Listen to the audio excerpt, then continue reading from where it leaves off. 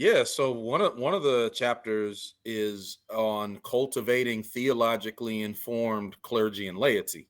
Mm. And that being a choice that we make because number one, I mean, over 5 million African Americans today have at least a bachelor's degree.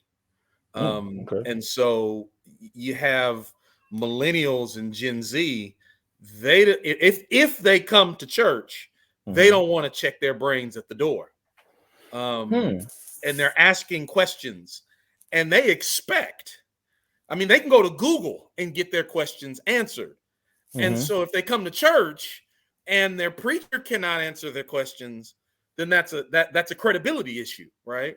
Also, we have No, I'm sorry. Yeah, but that's bro. I apologize. I'm doing like the worst job ever. You know, in interviewing. No. But Go bro, for what you just said, I've never even thought about that though. Like that's really mind blowing to me because you're right. Like for so long, as African Americans, we really had to fight to get in certain doors educationally.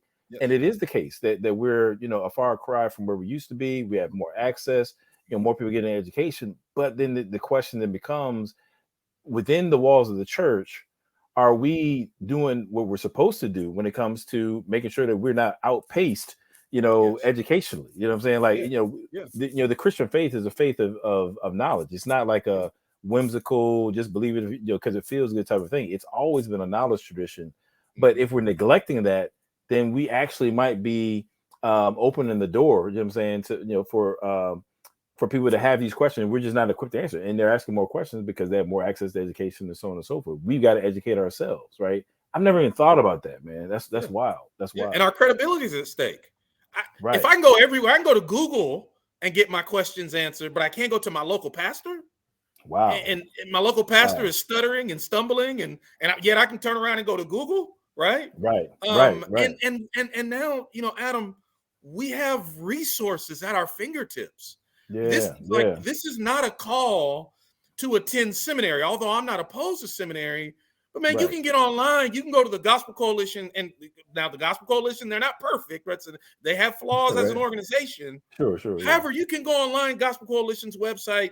They have free courses on biblical theology and practical theology and historical theology and systematic theology and hermeneutics. And all you have to do is invest time. And you have all these resources out there where now, like, we are without excuse. That's right, man. So this is absolutely a credibility issue because we have the brick saying your pastor doesn't know nothing. Well, how are we proving them wrong?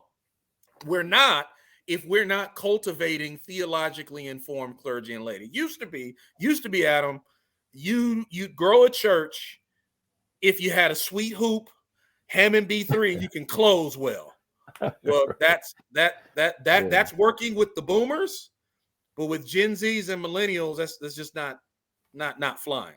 Right. Yeah. That's absolutely right. So that's go ahead. No, I mean, to your point, and just to kind of put a bow on that piece, think about Jesus' number one commandment: love the Lord your God with all your heart, mind, soul, and strength.